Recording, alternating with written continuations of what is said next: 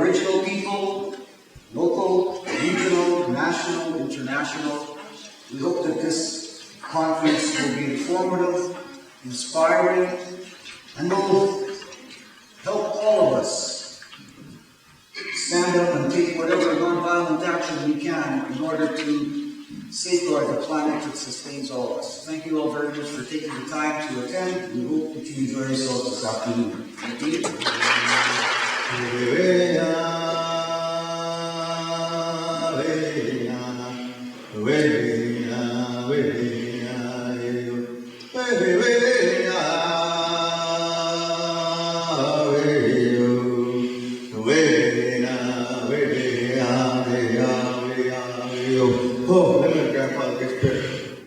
I'm going to talk today about the Enbridge pipeline and the BC Coastal Spirit River.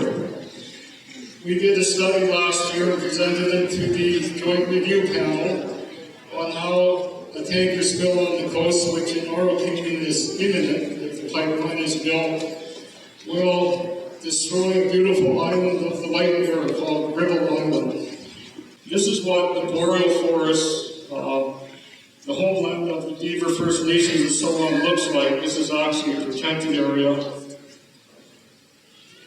This is what that habitat looks like today. Corporations from all over the world are trying to cash in on this very expensive way and source of energy and very polluting source of energy. The tar sands produce 3 times more carbon than does conventional oil extraction by drilling wells, is one example of how destructive this is, besides what we're doing for the land.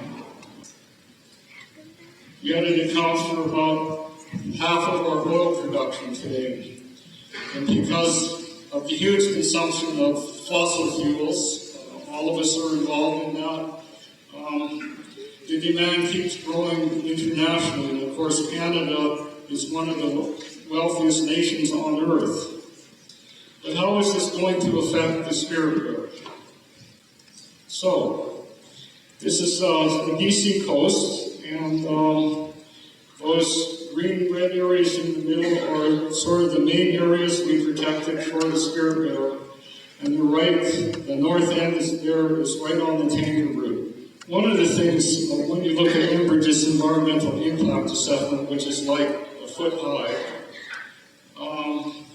and your eyeballs go cockeyed trying to read it digitally after 2 hours, I tell you, is they are admitting that where the pipeline comes down to Kitimat, if there's an oil spill there, it'll leak 2 million liters of oil into the Kitimat River, which will flow out onto the Kitimat estuary.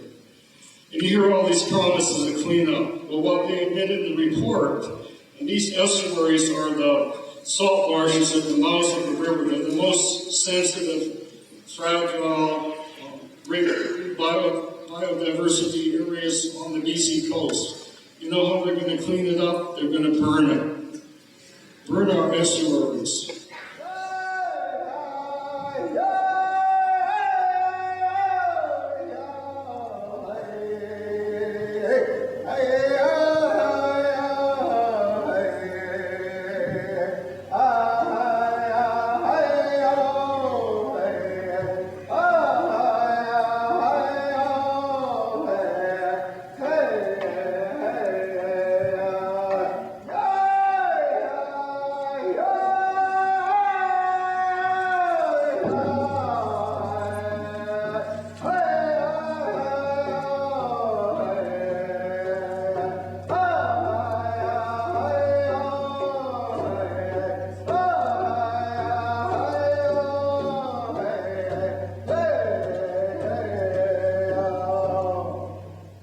We are part of the Salmon Speaks project that was initiated by children in 2009. And I'll give you an example of what happened. They heard the story about how the salmon used to come up the Columbia and the Spokane on a regular basis, and then they're gone. And the reaction I got was, "Natalie, we can't let that happen. those fish have to come home. And I looked at them and they started jumping up and they said, yeah. And I said, what do you want me to do about it? Or what would you like to do about it? They said, we're going to write a letter to the damn builders. Okay, what would you like to say? And so I wrote down the words, what they wanted to say, and that began the whole process.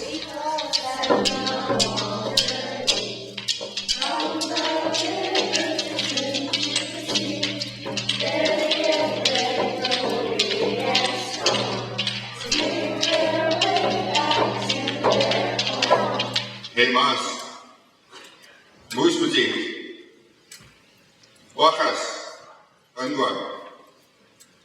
Kiusu ek nam hamsakam in hum kius get to use. What? If you look at this, the first one is you're walking into the future. What the heck does your future hold for them? And then she turns around and points back at me, and it's almost like she's saying, Baba, you make sure that you do the right thing by me. And that's something that continues to inform the work I do. And I don't want us to get to a point where we have to ask these questions after the fact. You look at I went to the Gulf of Mexico, Barataria Bay, after the accident, as they call it, happened. And can a fish or swim? How the hell, how does it say again? Are we going to feed our family or whatever? And I'm not going to stand by and allow our communities to get to that point where we have to ask that question. A lot of this is pictures of what's at stake. You go through a couple of pictures here. The next one. Those are white sand beaches on the west coast of Campania Island, just outside of Hartley Bay. And they're the most vulnerable to oil spill.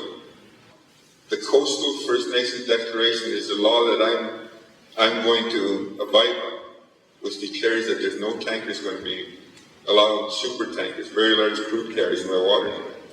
So when I do what I have to do, it's not going to be an act of civil disobedience. I'm going to be civilly obedient to what I know is right.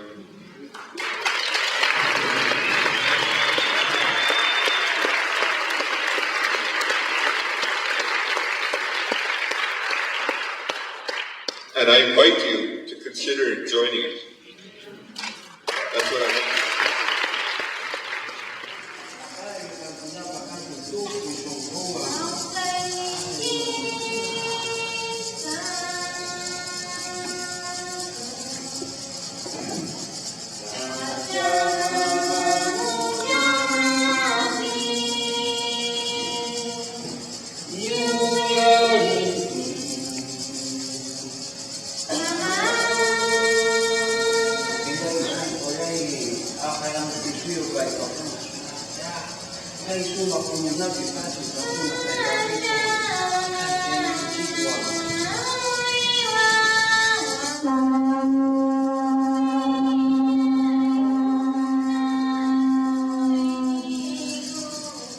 It's a moral issue.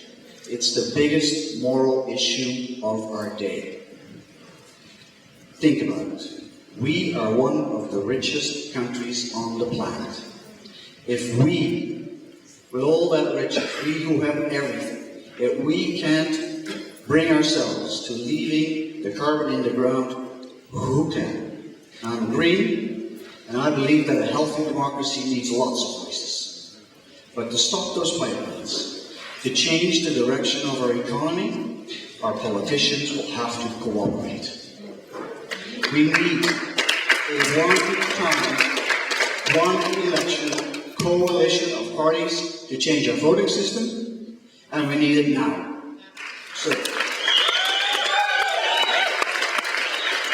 2 years from now, we will put an end to 38% petroleum dictatorships once and for all. Elizabeth May's been pushing that idea, so has Nathan Cullen from the NDP, so has Joyce Murray from the federal Liberal parties. there are good people in all the parties. And I know that a majority of Canadians understand that building pipelines is not the way to go. I know that a majority of Canadians understand that the new clean economy will produce our jobs and keep our planet a place that we can thrive in.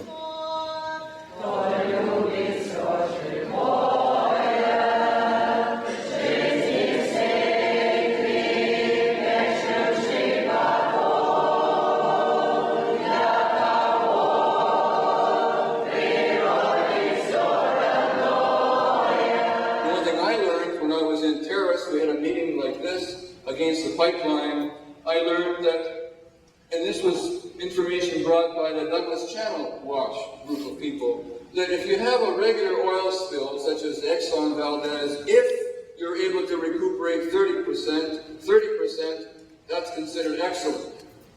If there's a spill of raw bitumen, which is heavy and sinks, if you recuperate 7%, that is considered excellent. So that's what we're faced against, folks. And also I remember somebody who wasn't sure about this whole issue, and he decided to crunch some numbers and do some research, and he came up with a statistic that is within 50 years, there's an 87% chance of an oil spill if that project of the Enbridge pipeline goes through. So that's what we're up against, folks.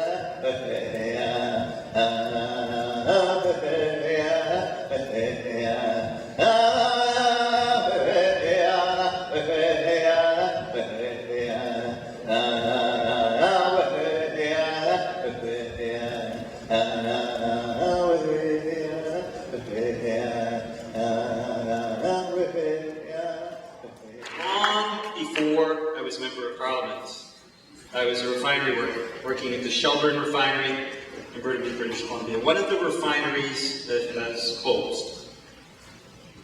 My job was to be one of the cleaners of the oil tanks, and I gained a very healthy respect for the consequences of treating oil, treating that substance. We had to wear protective gear, we had to wear oxygen masks when we went in to clean the tanks, and if there was one deviation from procedure, one mistake made, if the oxygen tanks ran out, or if you removed the protective equipment, you could die.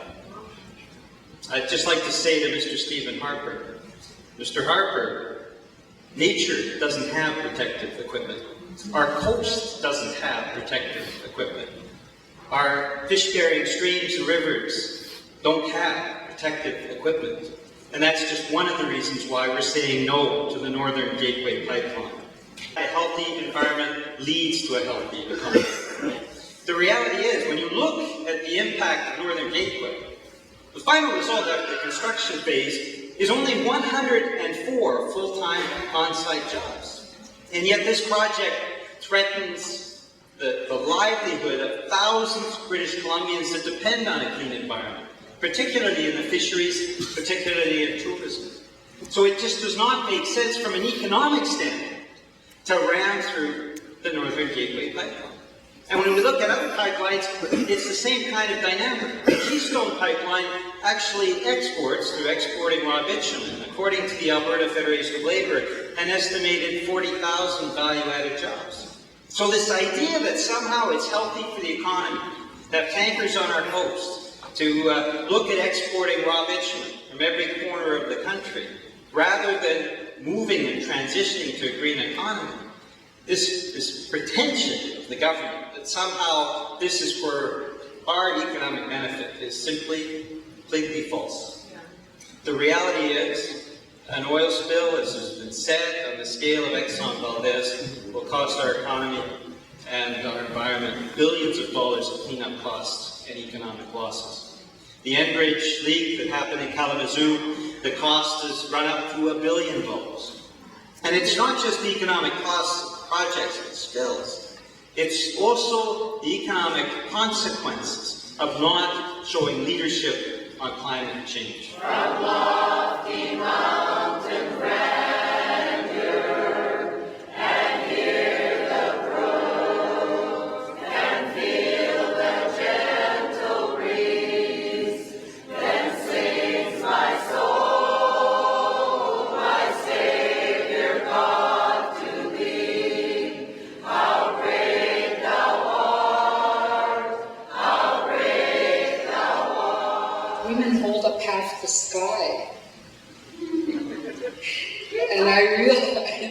that it's not just the responsibility of men to protect the people and protect the earth, it's a shared responsibility.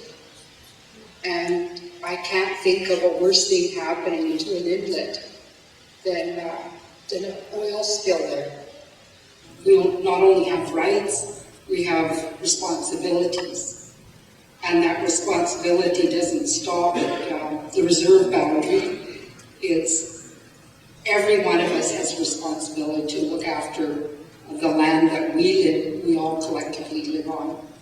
What I realized over the years, it's not people that are the enemy, it's governments, and they're catering to transnational corporations. I had an opportunity to visit and be a part of an international team of observers in Chiapas in 1994 when the Mayan people were standing up to the federal government and they were under siege. And the same corporations that operate there are the same corporations that operate in this country as well. So anything that you can do is huge. And I want to thank you on behalf of my children and my grandchildren, my imminent.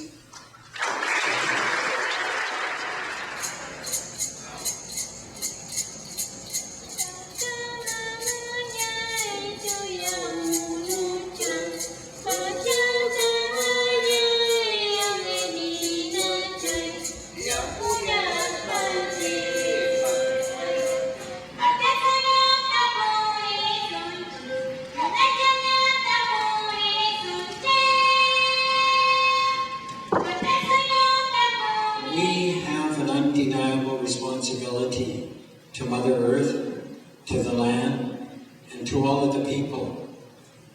And when I reflect back on the afternoon, I want to take a moment to thank our spiritual people for the prayers that they offered at the beginning of this meeting, the choir, that put our hearts and our minds in a good place and reminded us of that spiritual dimension to our work.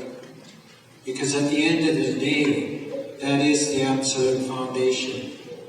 In the beginning, our Creator, all of our creation stories talk about how the earth was created.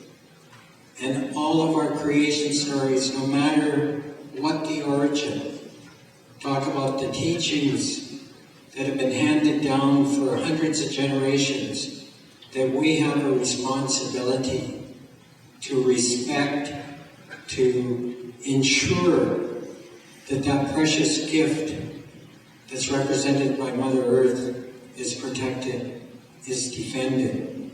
And we have a responsibility to each other as brothers and sisters to hold each other up, to respect each other, and to know that we were all meant to be part of that incredible, wonderful human history of working together to ensure that our children and our grandchildren enjoy what the Creator made for all of us.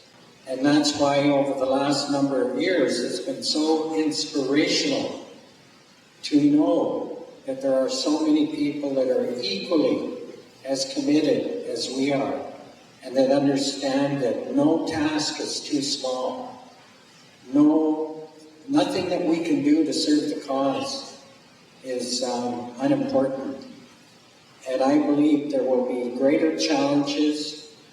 The so-called tar sands is $1.5 trillion worth of value to those corporations. They are obsessed. Mr. Harper's obsessed with getting that product to the coastal waters. We know that the provincial government has made this announcement that they cannot support the Northern Gateway Enbridge pipeline proposal as it's currently framed. We don't trust government. We will never trust government. We will never trust industry. They are single-minded, and so we have to be vigilant. We know that those corporate interests are never going to sleep. And they're going to be obsessive about this. And we have to be equally prepared, day in, day out, week in, week out, month in, month out, year after year, to defend what the Creator has provided and gifted all of us.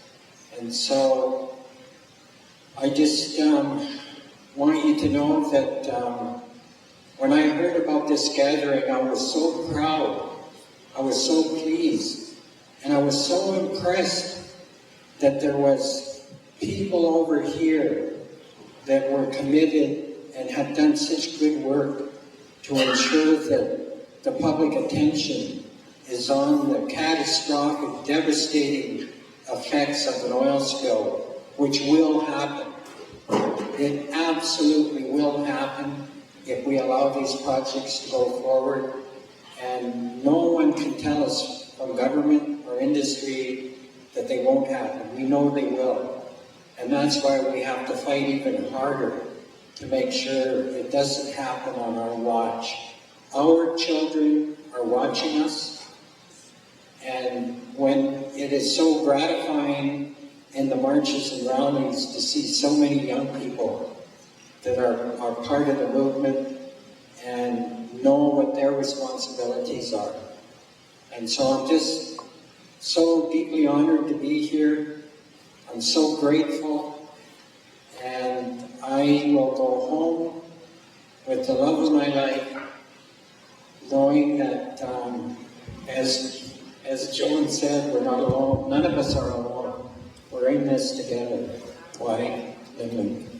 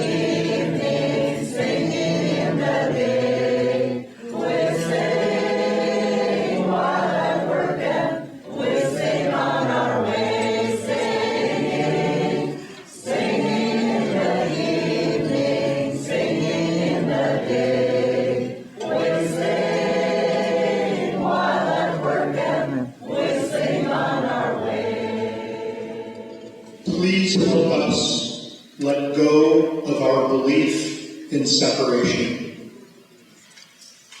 Eochotana ondan, eachashke ondan, anakahaske okotaka ondan, achaate eokotaka ondan. Inawita weachahashke Oko te kakaatan ito hagata wakaske.